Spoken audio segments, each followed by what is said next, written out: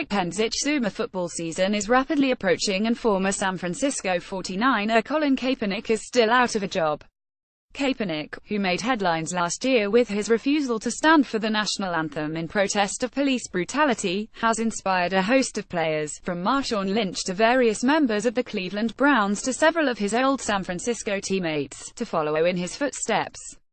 But his stand is also almost certainly the reason he's unemployed. The quarterback says he's still working out daily in hopes of signing with a team, but, in the meantime, he's not giving up on his activism, which, it seems, has been influenced by a legacy of black feminists. This week, Amir Hassan Loggins, a PhD student at the University of California, Berkeley, published a column on The Athletic about his relationship with a former football star and what the public generally misunderstands about how he came into his politics.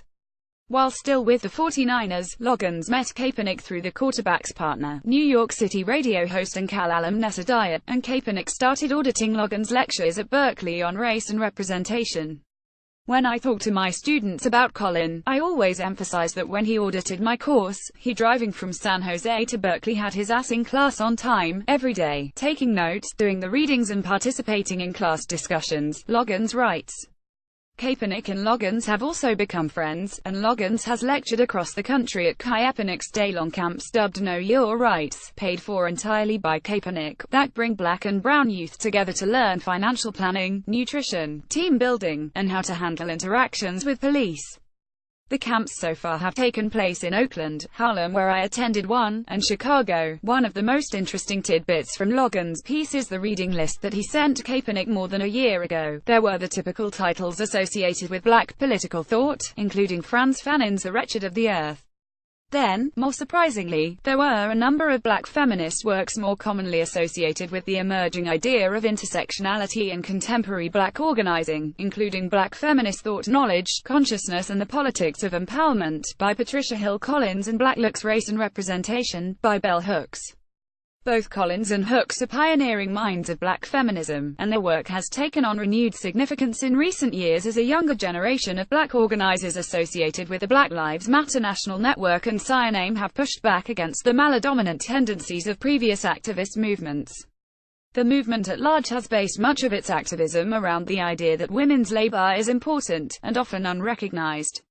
While these theoretical contributions aren't directly linked to the activism that's popped up in recent years, they're definitely strong influences. The significance of this shift was articulated early on in the emergence of Black Lives Matter movement. For instance, back in 2014, Black Lives Matter co-founder Alicia Garza wrote for the Feminist Wire, "Straight men, unintentionally or intentionally, have taken the work of queer black women and erased our contributions." So, is Kaepernick an avowed black feminist? It's not totally clear from Loggins' column or Kaepernick's statements. But the importance of just his engagement with black feminist work can't be understated. Not too long ago, Kaepernick was one of the NFL's most marketable players, with high-profile endorsements from the likes of Nike and Beats by Dre. His jersey is still among the league's best-selling. Quarterback gig or no, Kaepernick is still one of the most well-known football players in the world, and he's still breaking barriers in a league that is arguably one of the penultimate expressions of brute American masculinity.